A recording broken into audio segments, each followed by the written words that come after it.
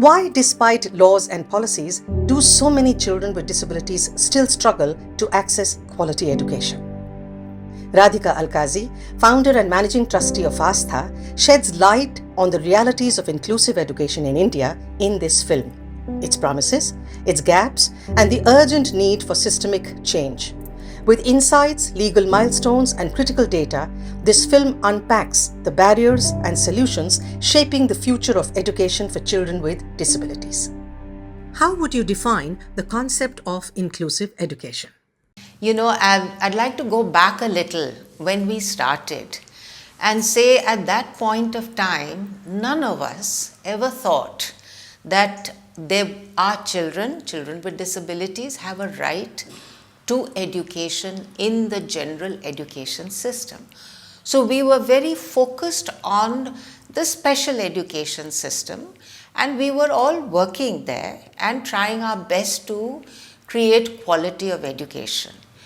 But over a period of time, as the UN Convention and the discussions on the Convention on the rights of persons with disabilities happened, our own views changed as we worked further, as we worked in communities.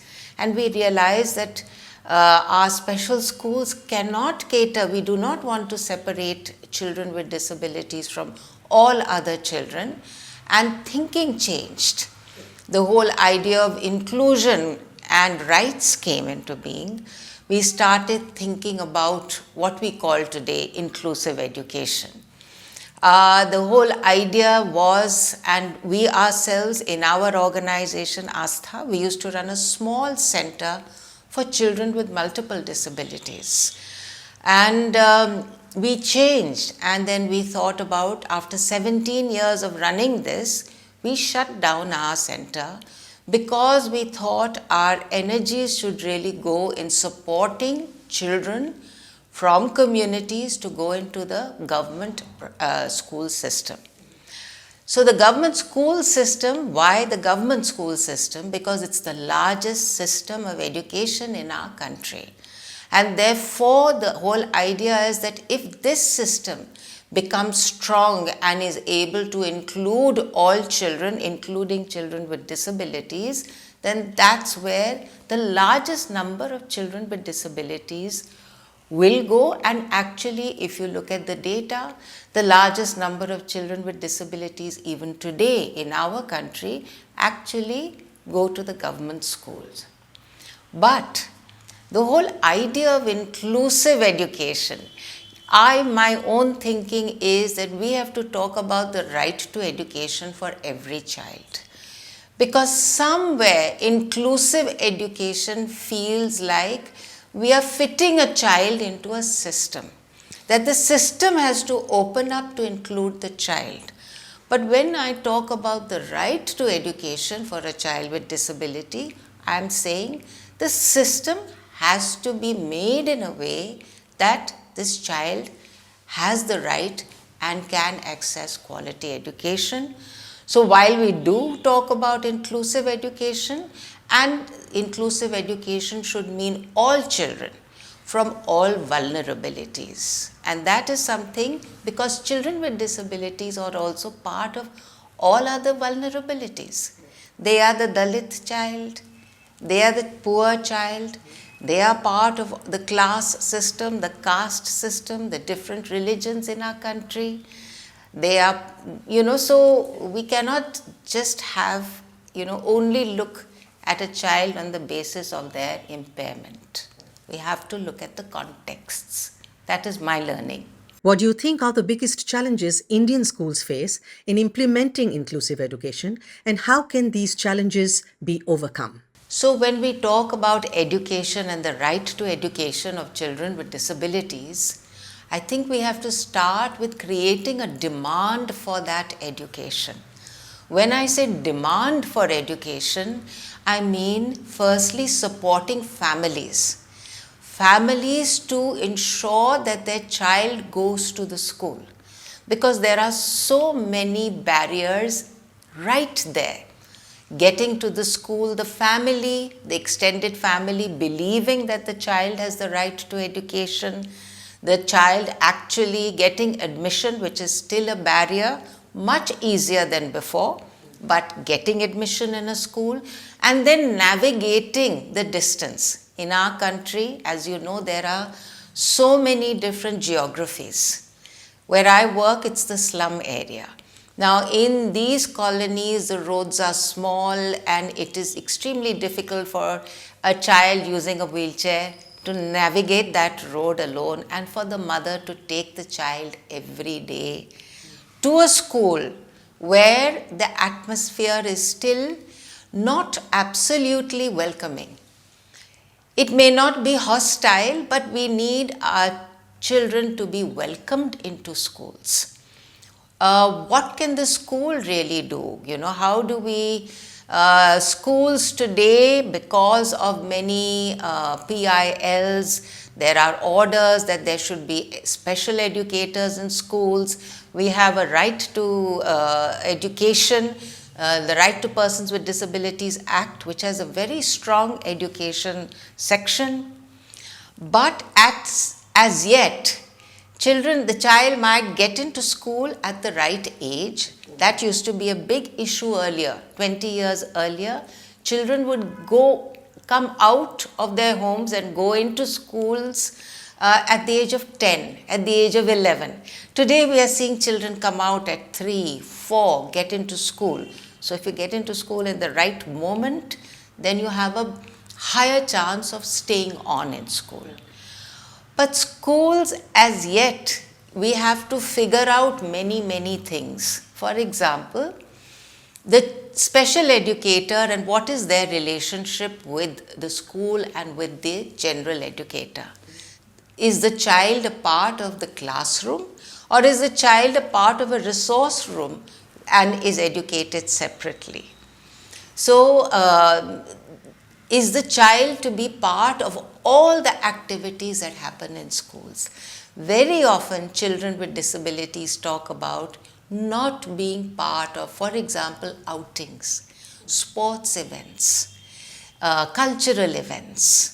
These are very important things when we talk about inclusion, and because there is a lack of understanding of how to, for example, accommodate and change a little so that this child can participate in the sports or your sports day, or can go or make the arrangements, safety and security arrangements, so she can go on an outing with other children from her class.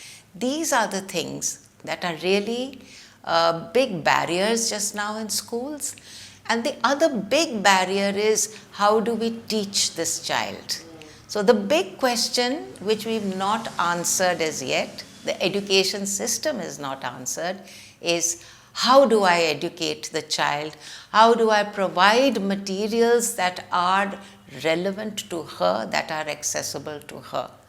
So for a deaf child going into school, or for a blind child being part of a government school, and if you don't have sign language, and if you don't have ways in which the blind child can learn and the materials, then it becomes very difficult.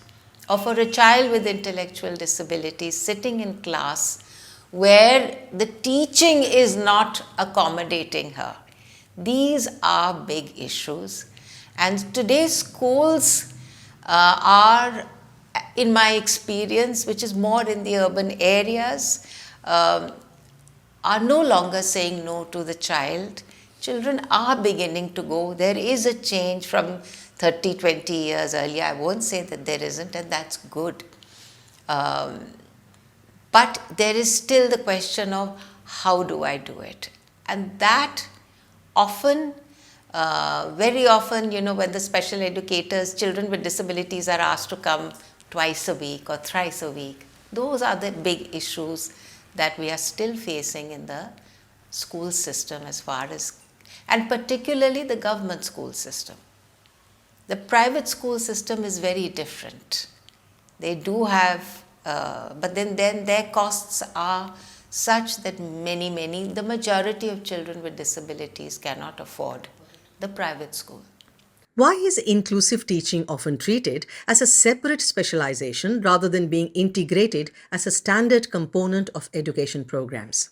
There has been a long standing demand from the disability sector that teachers who teach all children and who get educated in, with a B.Ed or an M.Ed, they should know how to teach a child with disabilities, because also, many of the strategies that we use are useful for all children.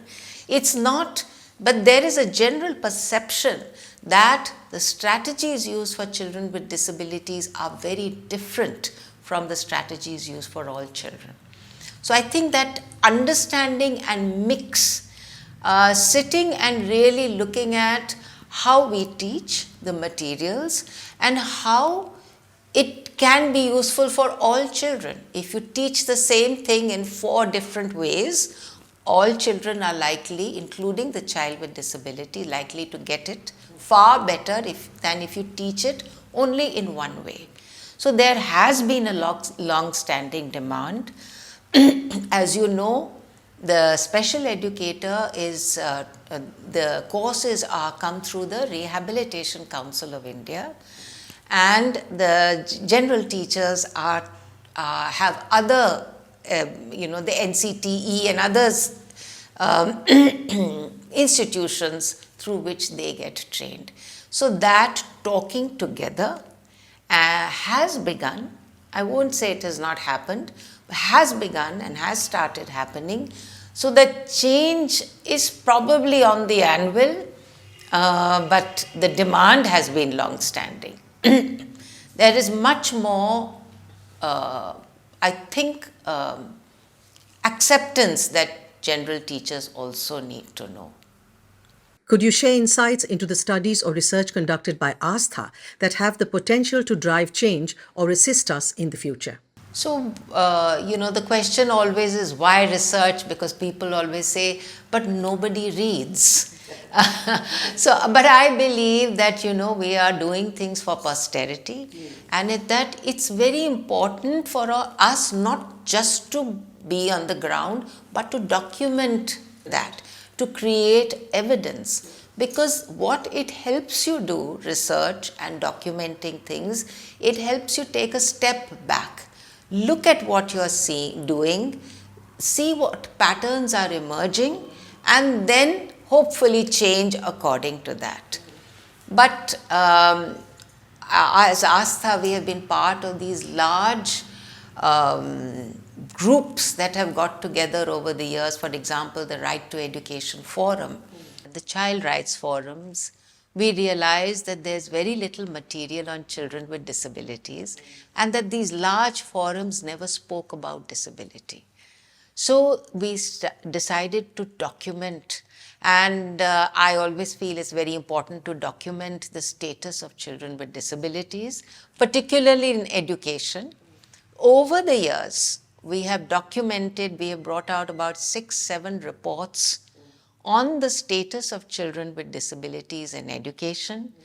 And some of these reports, we have gone to other states in the country, and we've been able to document the work of organizations and the status of the child with disability in different states in our country.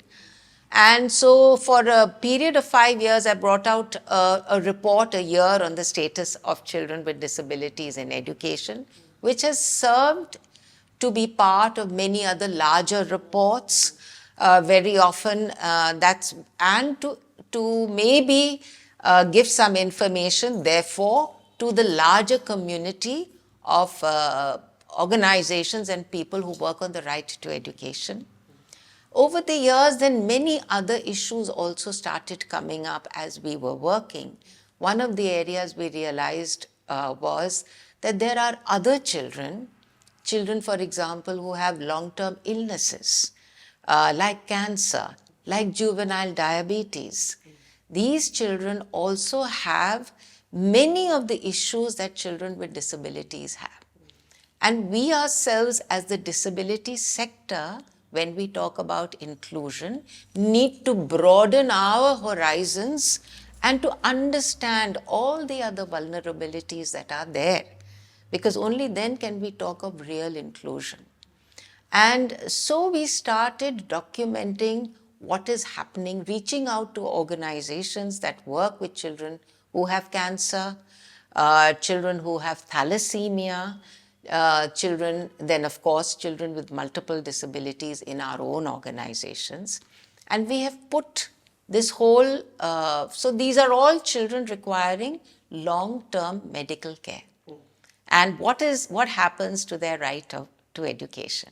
And we realize that for all of them, absenteeism is a big issue, because very often they have medical issues, they need to go for transfusion, something else is happening, chemotherapy is happening, the child can't go to school.